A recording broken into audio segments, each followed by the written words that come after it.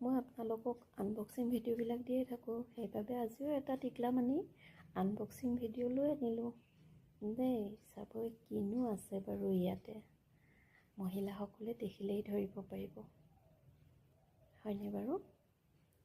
কিছুমান বস্তু যেতিয়া আমি দোকানত কিনিবলৈ যাওঁ, বহুত মানুহৰ আগত কিনিবলৈ অকণমান মনটো বেয়া লাগে, আৰু নিকিনিলেওতো নহয়েই, কিনিবই লাগিব।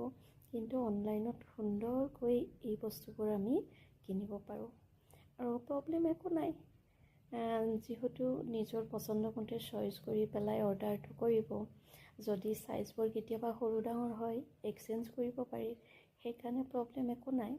মইতো বহুত ভাল পাওঁ, সেইবাবে মই অনলাইনতে সকলোবোৰ মানে অনলাইন শ্বপিঙেই কৰোঁ। আৰু এই বস্তুবোৰ আজি পাৰ্চেলটো আহিলে, সেইবাবে মই আপোনালোকক আনবক্সিং কৰি দেখুৱালোঁ।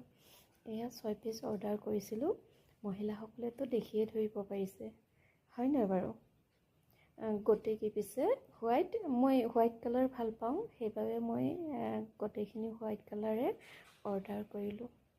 আপোনালোকে যিকোনো কালাৰ, যি কালাৰ আপোনালোকে ভাল পায় সেই কালাৰে অৰ্ডাৰ কৰিব পাৰে, কোনো প্ৰব্লেম নাই। মই হোৱাইট ভাল পাওঁ বাবে মই হোৱাইটেই অৰ্ডাৰ কৰিলোঁ।